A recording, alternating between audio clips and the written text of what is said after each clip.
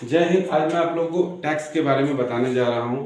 Tax दो तरह का होता है, एक इनकम टैक्स, दूसरा डायरेक्ट इनकम टैक्स मतलब डायरेक्ट टैक्स, और एक indirect tax. Indirect tax GST जिसको कहते हैं उसे इनडायरेक्ट टैक्स कहा जाता है, क्योंकि इनडायरेक्ट टैक्स वैसा होता है जो कि डायरेक्टली सरकार को नहीं देते हैं। एक पब्लिक अगर सरकार को पेमेंट कर रहा है तो वो कई चैन के माध्यम से सरकार को मिल रहा है, तो इसे हम इनडायरेक्ट टैक्स कहेंगे। और डायरेक्ट टैक्स को कहेंगे जैसे कि पब्लिक डायरेक्ट गवर्नमेंट को पे करता है कि मैं इतना कमाया हूँ, इसमें आपका वो हिस्सा है, आप वो हिस्सा देता है। मतलब सरकार की जो भी लायबिलिटी आती है उनकी इनकम पे, तो उसको डायरेक्ट पे करता है गवर्नमेंट को, तो उसे हम डायरेक्ट कैश टैक्स कहेंगे।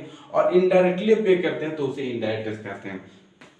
आज हम लोग छोटे छोटे बेसिक पॉइंट के बारे में जानेंगे कि इनकम टैक्स होता क्या है। इनकम टैक्स मतलब आयकर जो होता है, वो आय पे लगाने वाला कर को इनकम टैक्स कहा जाता है, मतलब आयकर कहा जाता है। जो भी आय आपने किया है वो एक लिमिट के बाद अगर ज्यादा किया, मान ली कि उसका बेसिक एग्जम्पशन लिमिट 5 लाख है, तो उससे अगर आप ज्यादा काम किए हैं, अगर उससे ज्यादा अर्न किए हैं, तो उसको उस पे जो भी टैक्स दिया जाएगा उसे हम इनकम टैक्स के रूप में जानते हैं।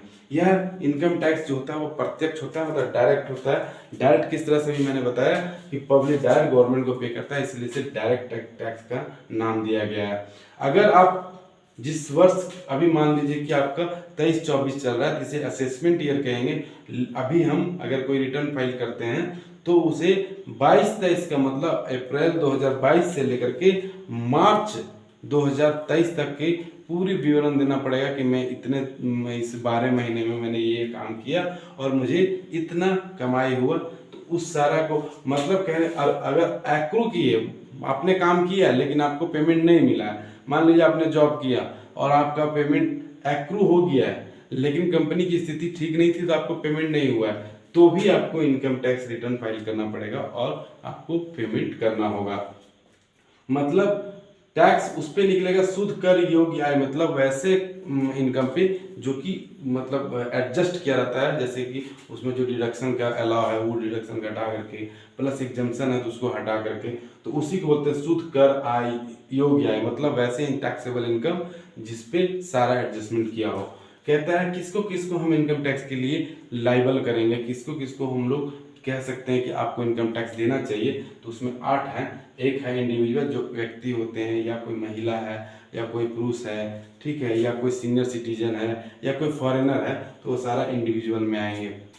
उसके बाद दूसरा होता है एचयूएफ। एचयूएफ मतलब एक हिंदू अनडिवाइडेड फैमिली, मतलब संयुक्त परिवार में एक बिजनेस को तैयार किया जाता है, उस बिजनेस में सारे परिवार के लोग कार्य करते हैं, तो वैसे में भी अगर अर्न होता है तो उसे भी इनकम टैक्स के लिए लायबिलिटी है, उसको भी पे करना होगा।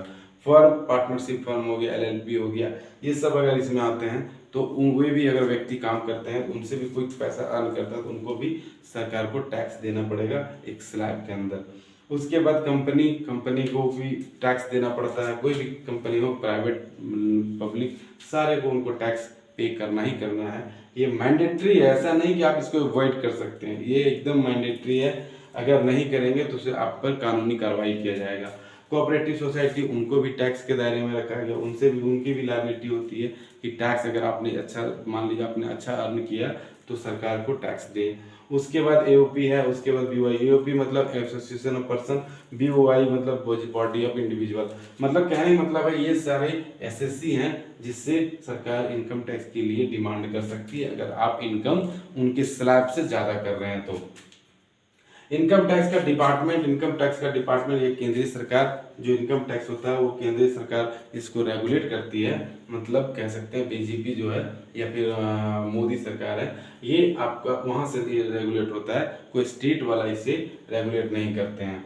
उसका जो एपेक्स बॉडी होता है वो सेंट्रल सीबीडीटी है, मतलब central board of direct tax, जो कि मिनिस्ट्री ऑफ फाइनेंस के अधीन ये फॉर्म किया जाता है। मतलब मिनिस्ट्री ऑफ फाइनेंस के अंतर्गत ही सीबीडीटी आता है, जो कि इनकम टैक्स के सारे डिपार्टमेंट, इनकम टैक्स में जितने भी एक्टिविटी है उसको वो रेगुलेट करती है। उसके बाद एक होता है फाइनेंस एक्ट, जो कि हर एक साल के फरवरी माह के अंत में उसे प्रस्तुत किया जाता है संसद में, जिसे हम विधेयक कहते हैं, मतलब वित्तीय विधेयक के नाम से, फाइनेंस बिल के नाम से जानते हैं। जब वो पास हो जाता है तो उसे फाइनेंस एक्ट का रूप दिया जाता है, मतलब वित्तीय अधिनियम कहा जाता है। वो फाइनेंस एक्ट वैसा होता है जिसमें कि जो भी उस साल का जो भी दर होगा, जो भी स्लैब होगा, वो सारा उसमें मेंशन होता है। या फिर अगर इनकम टैक्स में किसी तरह का एडजस्टमेंट, किसी तरह का संशोधन करना है, कोई तरह का अमेंडमेंट करना है, तो इसी एक्ट के माध्यम से उसमें आपका संशोधन भी होता है। तो इस तरह से इनकम टैक्स के एक बेसिक पॉइंट को समझे। इसके और भी बेसिक पॉइंट है जिसे हम अगले क्लास में बताएंगे। आज तक के लिए इतना ही। बहुत बहुत धन्यवाद।